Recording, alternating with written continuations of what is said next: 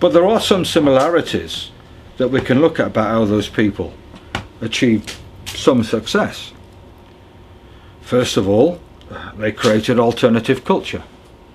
In Chicago, in 1884, 85, 86, there were sewing circles, there were choirs, there were picnics, there were shooting groups and shooting meetings, whereby you created something different to capitalism.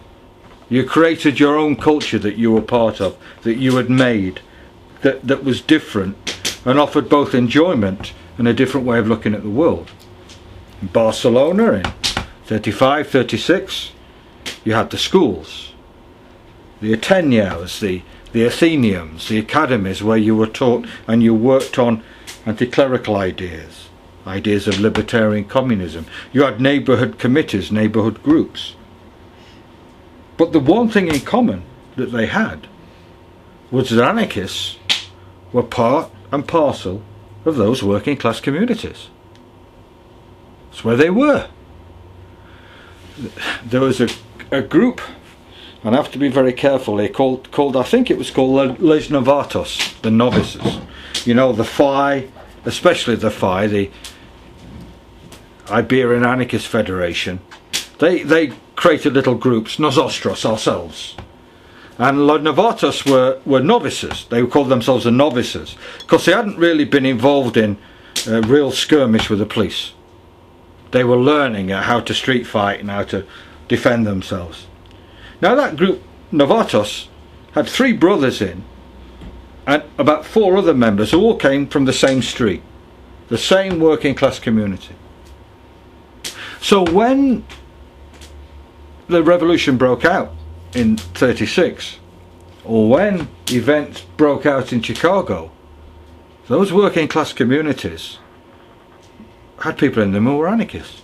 It didn't have organisers. Oh, God forbid it had organisers. You know, it had none of them. It had just people who were part of that community.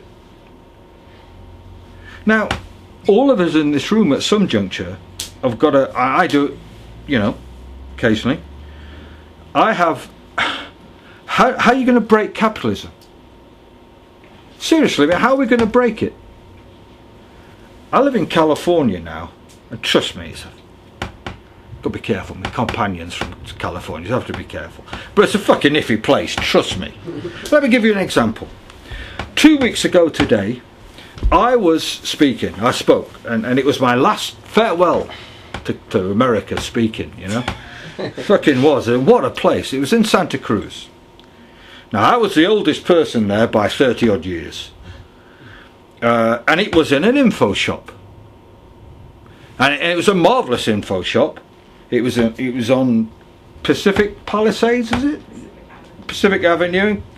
Fucking huge. They got it sorted out. There was a library. There was a coffee bar. There were chairs. There was a bike repair shop. Right? There was a free computer room. I tell you, those bastards had anarchy. They could live their lives without anyone bothering them. They didn't work, most of them. Cruelly, some of the other anarchists called them trustafarians, you know, because they lived off their mum and dad's trusts. Sorry, lads. But that may well be untrue. But to some degree, these people, many of whom were lovely kids, had anarchy operating. They didn't have to come in conflict with anyone. They never had to go to work and people would say, "You're a bit of a dick for thinking that, aren't you?" When I was a kid, they used to call me Danny the Red after Daniel Cohn-Bendit. They used to mock me down to comment. "Oh, it's Danny the Red!" What? I'm sorry.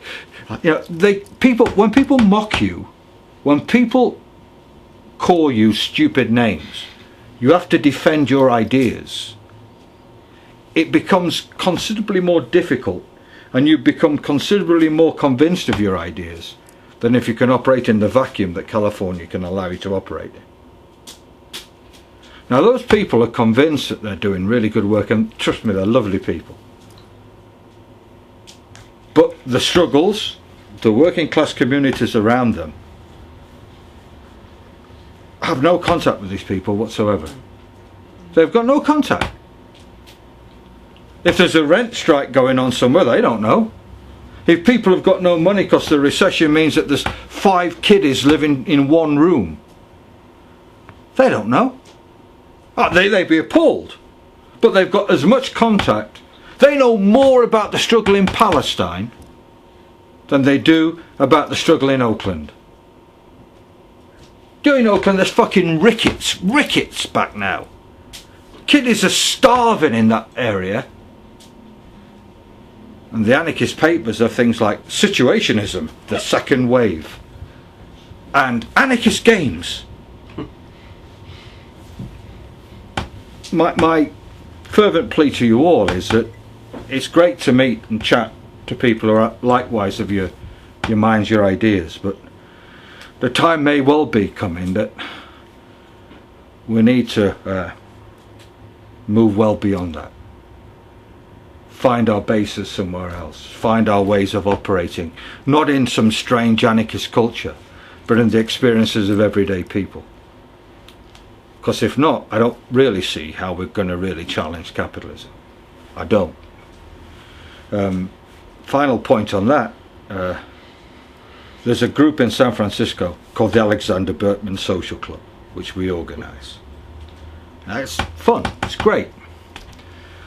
There's quite a lot of anarchists in San Francisco, but they really are like rats in a sack if you get them in one room. You know, they really, you know, for such a small movement, we can half get on each other's nerves, can't we? You know, we really are split and chasmed at times. Maybe not like some other movements on the left. But we're there. And we have this meeting, and it's pretty sweet, you know. We had a meeting with editors from anarchist papers a while ago. We've had meetings about education. People who set up free schools have come and spoke. And we can get between 50 and 70 or 80 people there. The last Thursday in every month. And it's nice. One of the group then sent this email saying, you know, it'd be really good if we could maybe have meetings for people who weren't anarchists at all, or didn't even know what anarchism was. We could get to people and get some thoughts about introductions to anarchism. And we all thought, yeah, that's a really good idea. And then we thought, how are we going to do that then? We didn't know. We didn't know. Shocking. Shocking. Because the one thing we all know, surely, I mean, as my years go on and I fast approach the time when I can sit in senility and watch daytime soaps, quite logically, and wet my trousers, I'm really looking forward to it. Just sit there pissed. Before that happens, you know, before we get there, I would like to think that we can avoid just becoming another culture, but we can become a real active movement that is part of other broader movements. And we can do it without being what I want to finish off with, which I realise now may become a controversial topic.